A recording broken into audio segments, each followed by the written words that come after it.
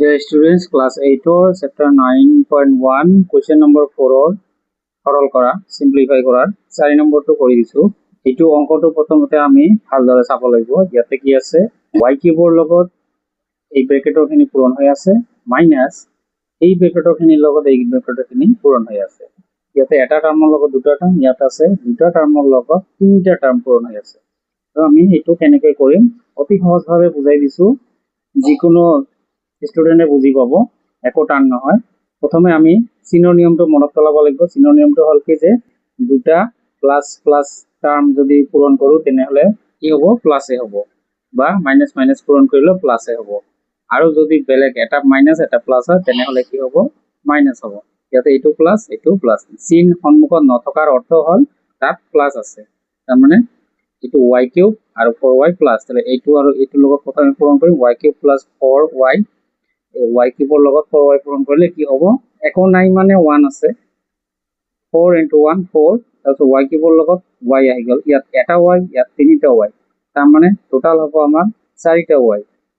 y to the power 4 মানে 4টা y পূৰণ হৈ আছে। তাৰপিছত এতিয়া ইয়াৰ লগত গ'ল, এতিয়া y কিউব 5 ৰ লগত, এইটোতো এটা নাম্বাৰ হয়, এই নাম্বাৰটো নাম্বাৰে থাকিব, ইয়াত থেকে প্লাস আৰু প্লাস প্লাসে আহিব,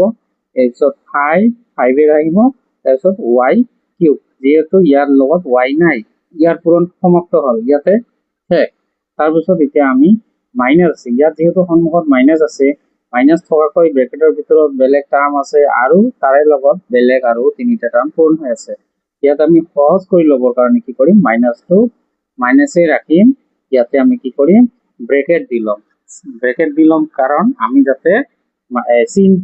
চিনটো ভিতৰত সোমাওতে আমাৰ কোনো অসুবিধা নহয়। এতিয়া আমি কি কৰিম, চিনটো যেহেতু বাহিৰতে ৰাখিলো, এতিয়া আমি কি কৰিম ইয়াত সকলোখিনি প্লাসে দেখা গৈছে, কোনো চিন্তাৰ কাৰণ নাই। 2y লগত প্ৰথমে আমি এই গোটেইখিনি পূৰণ কৰিম, 2y লগত y কিউব পূৰণ কৰিলে 2 into 1 মানে ইয়াত সহগত 1 আছে, 2 into 1 2, তাৰপিছত y এটা y আৰু তিনিটা y, টোটাল হ'ব 4টা y, তাৰপিছত 2y to the power 4, তাৰপিছত 2 দুগুণ 4 আৰু y এটা আৰু দুটা তিনিটা y কিউব, তাৰপিছত ইয়াৰ লগত 1 ৰ লগত যি পূৰণ কৰা হয় তাকে হয়, দেন 2y, এইটোৰে গ'ল। এতিয়া 1 এৰে পূৰণ এই গোটেইখিনি, এই প্লাস 1 এৰে এই গোটেইখিনি পূৰণ মানে কি 1 ৰ লগত যি পূৰণ কৰা হয় তাকেই হয়, গতিকে এই গোটেইখিনি একে এজ ইট ইজ লিখি দিলেই হ'ল। অংকবোৰ ইমান টান নহয়, তোমালোকে মনোযোগ দিলেই বুজিব পাৰিবা, আৰু সহজকে বুজাই দিছো, যিকোনো ষ্টুডেন্টে বুজি পাব, অকল নিয়মবোৰ আমি মনত ৰাখিব লাগিব। এতিয়া নেক্সট হ'ল আমাৰ কাম, এই মাইনাস চিনটো যে আছে মাইনাস চিনটোক আমি ভিতৰত সোমাই দিম, অৰ্থাৎ ব্ৰেকেটটো আমি উঠাই দিম। এতিয়া এইটো যেনেকৈ আছে y to the power 4 ৰ টাৰ্ম, তাৰপিছত এইটো হ'ল y কিউবৰ টাৰ্ম, তাৰপিছত এতিয়া বাহিৰত মাইনাস ভিতৰত সকলোবোৰ প্লাস, এতিয়া কি হ'ব এই মাইনাস প্লাসে মাইনাস মাইনাস প্লাসে মাইনাস এনেকৈ গোটেইখিনি মাইনাস হৈ যাব, তেনেহলে হ'ল কি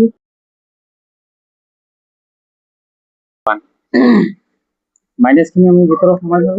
এতিয়া হ'ল কি আমাৰ নেক্সট কাম হ'ল গোটেই টাৰ্ম বিলাক যেতিয়া আমাৰ প্লাস আৰু মাইনাস এনেকৈ ওলাই গ'ল আৰু পূৰণ কৰিবলগীয়া নাই,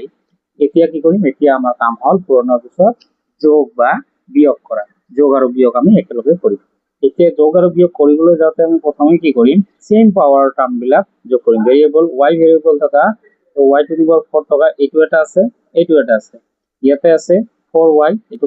4y to the power 4 মানে 4টা y to the power 4 আছে প্লাসত, আৰু ইয়াত আছে y to the power 4 দুটা মাইনাসত, তেনেহলে কি হ'ব যোগ বা বিয়োগৰ ক্ষেত্ৰত দুটা বেলেগ বেলেগ চিন হলে ডাঙৰ সংখ্যাটোৰ আগত যিটো চিন আহে সেইটো চিন দিব লাগে, অৰ্থাৎ ইয়াত প্লাস হ'ব, আৰু সংখ্যাৰ পৰা সংখ্যাটোতে কি কৰিব লাগে বেলেগ বেলেগ চিন হলে মাইনাস কৰিব লাগে, ডাঙৰটোৰ পৰা সৰুটো মাইনাস কৰিব লাগে, 4 ৰ পৰা 2 মাইনাস দিলে 2, তাৰপিছত y to the power 4 টো তেনেকৈয়ে থাকিব, কাৰণ ইয়াত যোগ কৰা আছে, ইয়াত পূৰণ কৰা হোৱা নাই, পূৰণ কৰা হলেহে পাৱাৰ বিলাকৰ যোগ হয়, যোগ বিয়োগ কৰিলে অকল সহগটোহে আমি যোগ বিয়োগ কৰো, ইয়াত ভেৰিয়েবলৰ একো পৰিৱৰ্তন নহয়, এইটো মনত ৰাখিবা দেই। তাৰপিছত এই দুটা গ'ল, এতিয়া y কিউব থকা টাৰ্ম ইয়াতে এটা আছে, ইয়াতে এটা আছে, ইয়াতে এটা আছে, ইয়াত চোৱা প্ৰথমে চিনটো আগতে নিদিবা, চিনটো নিদি কি কৰিবা, ইয়াত চোৱা প্লাসত কেইটা y কিউব আছে 5টা, আৰু মাইনাসত ইয়াত আছে 4টা, ইয়াতো আছে এটা, তেনেহলে এই 4টা আৰু এই এটা মিলাই মাইনাস মাইনাস দুটাই মাইনাস, যেহেতু দুটাকে আমি কি কৰিম একলগ কৰিলে কি হ'ব 5টা y কিউব হ'ব তোমালোকে আৰু এটা লাইন কৰিলে সেইটো এনেকৈ লিখিব লাগিব কিন্তু আৰু এটা লাইন নকৰি এনেকৈ ডাইৰেক্ট কৰিব পৰা যায় ইয়াতে 5টা y কিউব হ'ল মাইনাস আৰু ইয়াতে 5টা y কিউব হ'ল প্লাস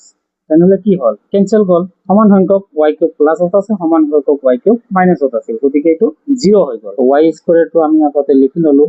y 2y স্কয়াৰ ইয়াত আৰু বেলেগ টাৰ্ম নাছিল গতিকে ই অকলে আছিল এই যেনেকৈ আছিল তেনেকৈ লিখিলো তাৰ পিছত আহিব এটাই টাৰ্ম আছে তেনেকৈ থাকিব তাৰ পিছত এই গোটেইখিনি লিখাৰ শেষ এই গোটেইখিনি কাম সমাপ্ত এতিয়া অকল থাকিলে সংখ্যাটো কনস্ট্যান্ট টাৰ্মটো এইটো আমি